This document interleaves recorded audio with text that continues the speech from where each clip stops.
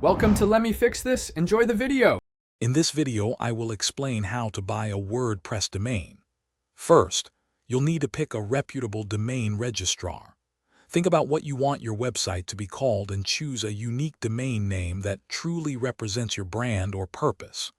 Don't forget to explore different domain extensions, such as .com, .org, or .net, to find the best fit for your project.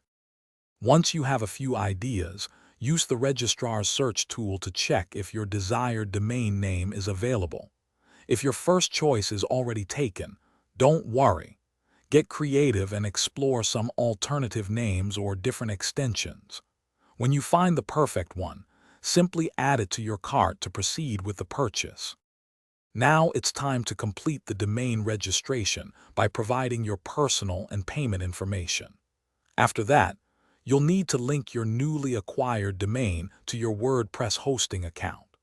This usually involves configuring the DNS settings to point your domain to your host servers, ensuring your website can be found online.